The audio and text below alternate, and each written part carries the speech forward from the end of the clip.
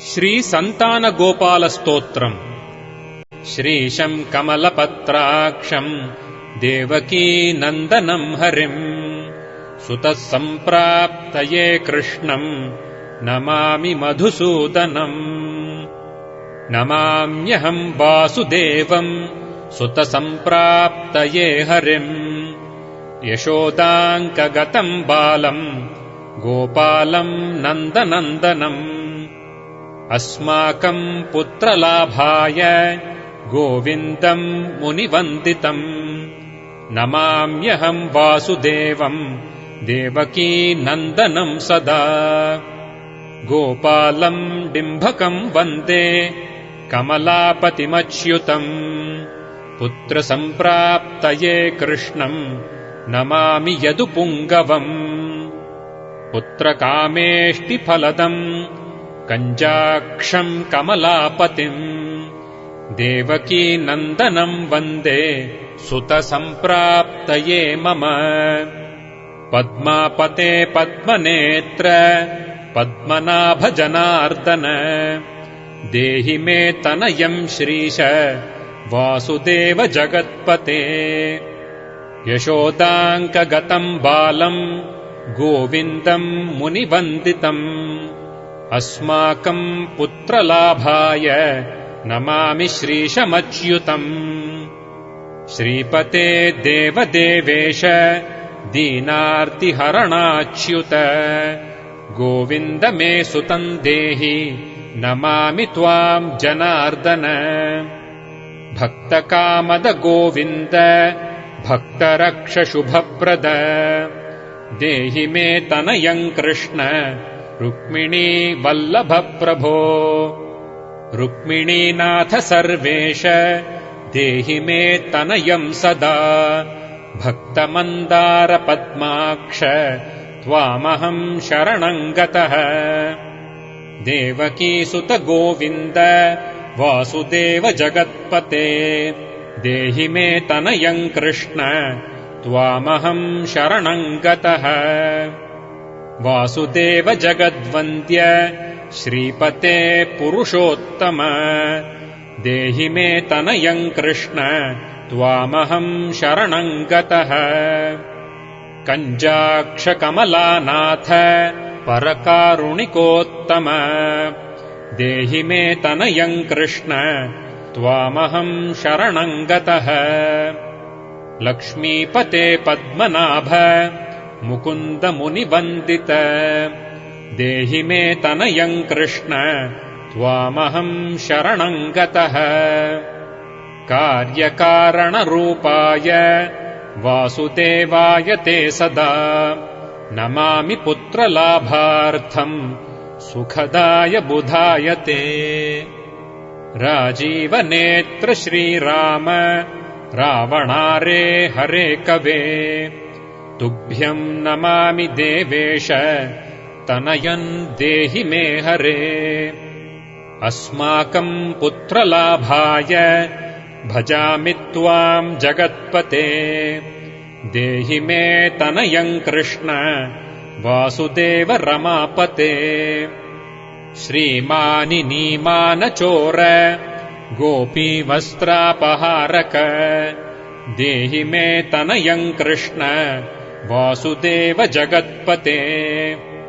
अस्माकम् पुत्रसम्प्राप्तिम् कुरुष्व यदुनन्दन।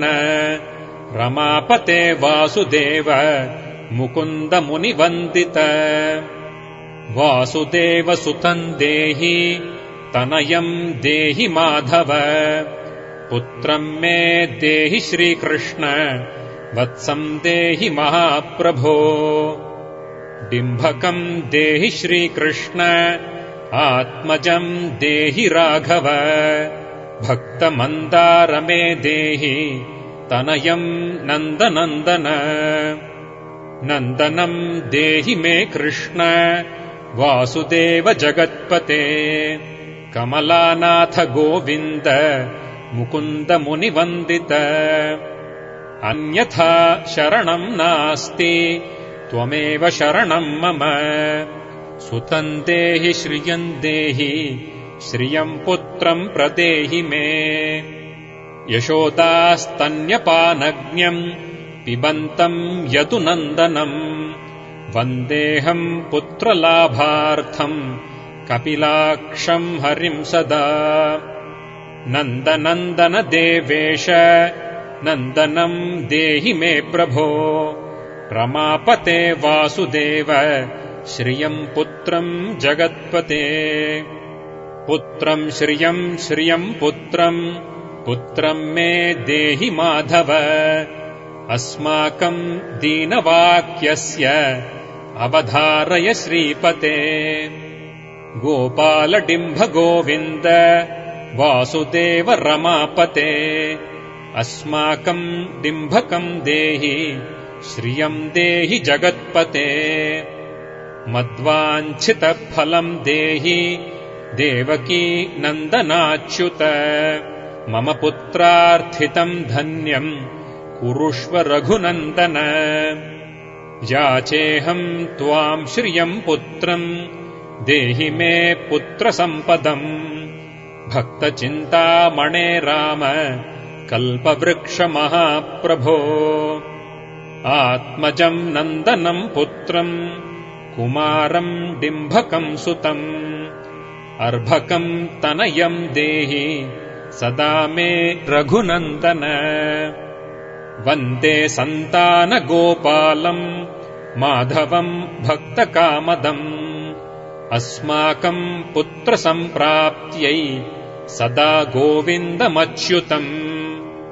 ओङ्कारयुक्तम् गोपालम् श्रीयुक्तम् यदुनन्दनम् क्लीम् युक्तम् देवकीपुत्रम् नमामि यदुनायकम्।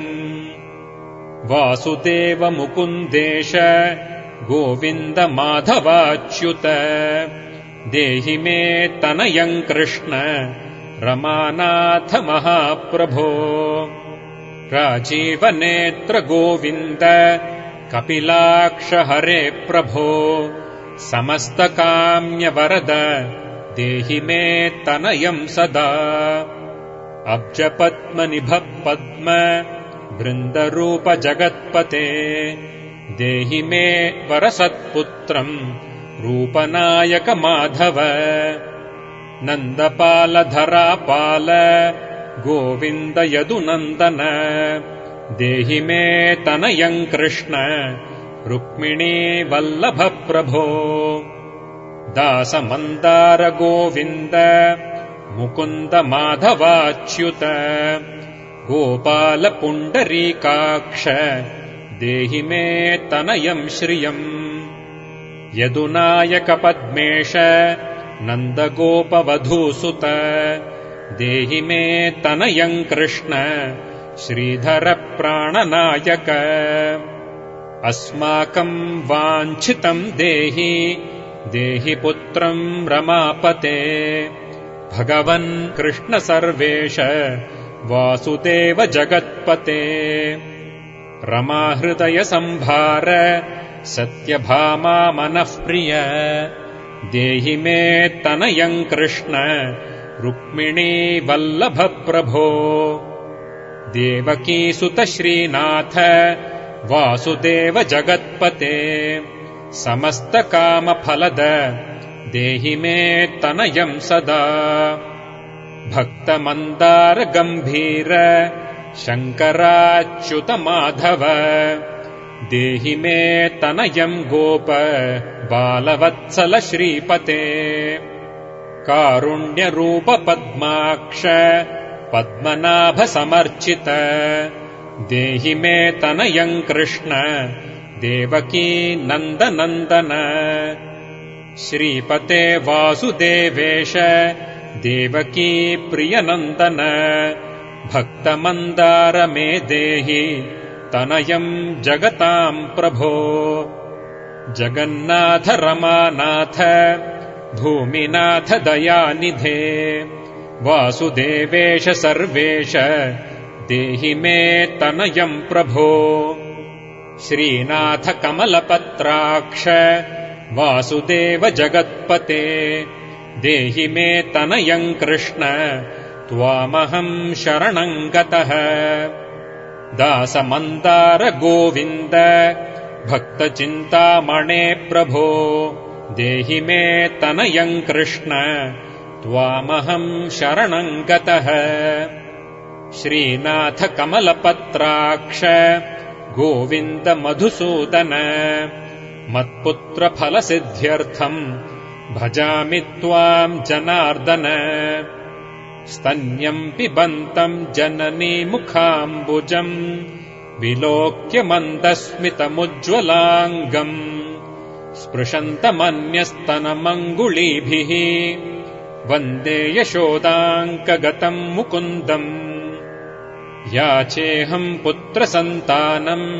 भवन्तम् पद्मलोचन देहि मे तनयम् कृष्ण त्वामहम् शरणम् गतः अस्माकम् पुत्रसम्पत्तेः चिन्तयामि जगत्पते शीघ्रम् मे देहि दातव्यम् भवता मुनिवन्दित वासुदेव जगन्नाथ श्रीपते पुरुषोत्तम कुरु माम् पुत्रदत्तम् च कृष्णदेवेन्द्रपूजित कुरु माम् पुत्रदत्तम् च यशोदाप्रियनन्दन मह्यम् च पुत्रसन्तानम् दातव्यम् भवता हरे वासुदेव जगन्नाथ गोविन्द देवकीसुत देहि मे तनयम् राम कौसल्या प्रियनन्दन पद्मपत्राक्ष गोविन्द विष्णो वामन माधव देहि मे तनयम् सीता प्राणनायक राघव कञ्जाक्ष कृष्ण देवेन्द्र मण्डित मुनिवन्दित लक्ष्मणाग्रज श्रीराम देहि मे तनयम् सदा देहि मे तनयम् राम दशरथ प्रियनन्दन सीतानायक कञ्जाक्ष मुचुकुन्द वरप्रद विभीषणस्य या लङ्का प्रदत्ता भवता पुरा अस्माकम् तत्प्रकारेण तनयम् देहि माधव भवदीयपदाम्भोजे चिन्तयामि निरन्तरम् देहि मे तनयम् सीता प्राणवल्लभ राघव राममत्काम्यवरद पुत्रोत्पत्तिफलप्रद देहि मे तनयम् श्रीश कमलासनवन्दित राम राघव सीतेश लक्ष्मणानुज देहि मे भाग्यवत्पुत्रसन्तानम् दशरथात्मज श्रीपते देवकी गर्भसञ्जात यशोदा प्रियनन्दन देहि मे तनयम् राम गोपबालकनायक कृष्णमाधव गोविन्द वामनाच्युत शङ्कर देहि मे तनयम् श्रीश गोपबालकनायक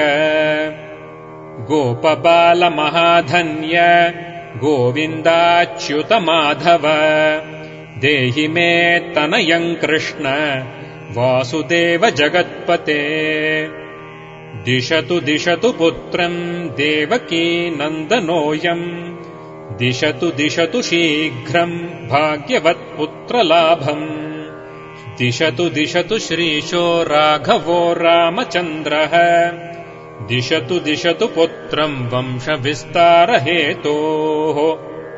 दीयताम् वासुदेवेन तनयो मत्प्रियः सुतः कुमारो नन्दनः सीता नायकेन सदा मम राम राघव गोविन्द देवकी सुत माधव देहि मे तनयम् श्रीश गोपबालकनायक वंशविस्तारकम् पुत्रम् देहि मे मधुसूदन सुतम् देहि त्वामहम् शरणम् गतः मयाभीष्टसुतम् देहि कंसारे माधवाच्युत सुतम् देहि त्वामहम् शरणम् गतः चन्द्रार्ककल्पपर्यन्तम् तनयम् देहि माधव सुतम् देहि त्वामहम् शरणम् गतः विद्यावन्तम् बुद्धिमन्तम् श्रीमन्तम् तनयम् सदा देहि मे तनयम् कृष्ण देवकी नन्दन प्रभो नमामि त्वाम् पद्मनेत्र सुतलाभाय कामदम् मुकुन्दम् पुण्डरीकाक्षम् गोविन्दम् मधुसूदनम् भगवन् कृष्ण गोविन्द सर्वकामफलप्रद देहि मे तनयम् स्वामिन् त्वामहम् शरणम् गतः स्वामिन् त्वम् भगवन् राम कृष्णमाधव कामद देहि मे तनयम् नित्यम् त्वामहम् शरणम् गतः तनयम् देहि गोविन्द कञ्जाक्षकमलापते सुतम् देहि त्वामहम् शरणम् गतः पद्मापते पद्मनेत्र प्रद्युम्न जनक प्रभो सुतम् देहि त्वामहम् शरणम् गतः शङ्खचक्र गदा खड्ग शार्ङ्गपाणे रमापते देहि मे तनयम् कृष्ण त्वामहम् शरणम् गतः नारायण रमानाथ राजीवपत्रलोचन सुतम् मे देहि देवेश पद्मपद्मानुवन्दित राम माधव गोविन्द देवकी वरनन्दन रुक्मिणीनाथ सर्वेश नारदादिसुरार्चित देवकी सुत गोविन्द वासुदेव जगत्पते देहि मे तनयम् श्रीश गोपबालकनायक मुनिवन्दित गोविन्द रुक्मिणी वल्लभ प्रभो देहि मे तनयम् कृष्ण त्वामहम् शरणम् गतः गोपिकार्जित पङ्केज मरन्दासक्तमानस देहि मे तनयम् कृष्ण त्वामहम् शरणम् गतः रमाहृदय पङ्केज लोलमाधव कामद ममाभीष्टसुतम् देहि त्वामहम् शरणम् गतः वासुदेव रमानाथ दासानाम् मङ्गलप्रद देहि मे तनयम् कृष्ण त्वामहम् शरणम् गतः कल्याणप्रद गोविन्द मुरारे मुनिवन्दित देहि मे तनयम् कृष्ण त्वामहम् शरणम् गतः पुत्रप्रद मुकुन्देश रुक्मिणी वल्लभ प्रभो देहि मे तनयम् कृष्ण त्वामहम् शरणम् गतः पुण्डरीकाक्ष गोविन्द वासुदेव जगत्पते देहि मे तनयम् कृष्ण त्वामहम् शरणम् गतः दयानिधे वासुदेव मुकुन्द मुनिवन्दित देहि मे तनयम् कृष्ण त्वामहम् शरणम् गतः पुत्रसम्पत्प्रदातारम् गोविन्दम् देवपूजितम् वन्दामहे सदा कृष्णम् पुत्रलाभप्रदायिनम् कारुण्यनिधये गोपी वल्लभाय मुरारये नमस्ते पुत्रलाभार्थम् देहि मे तनयम् विभो नमस्तस्मै रमेशाय रुक्मिणी वल्लभाय ते देहि मे तनयम् श्रीश गोपबालकनायक नमस्ते वासुदेवाय नित्यश्रीकामुकाय च पुत्रदाय च सर्पेन्द्रशायिने रङ्गशायिने रङ्गशायिन् रमानाथ मङ्गलप्रदमाधव देहि मे तनयम् श्रीश गोपबालकनायक दासस्य मे सुतम् देहि दीनमन्दार राघव सुतम् देहि पुत्रम् देहि रमापते यशोदातनयाभीष्ट पुत्रदानरतः सदा देहि मे तनयम् कृष्ण त्वामहम् शरणम् गतः मदिष्टदेव गोविन्द वासुदेव जनार्दन देहि मे तनयम् कृष्ण त्वामहम् शरणम् गतः नीतिमान् धनवान् पुत्रः विद्यावांश्च प्रजापते भगवंस्त्वत्कृपायाश्च वासुदेवेन्द्रपूजित यः पठेत् पुत्रशतकम् सोऽपि सत्पुत्रवान् भवेत् श्रीवासुदेव कथितम् स्तोत्ररत्नम् सुखाय च जपकाले पठेन्नित्यम् पुत्रलाभधनम् श्रियम् ऐश्वर्यम् राजसम्मानम् सद्यो याति न संशयः।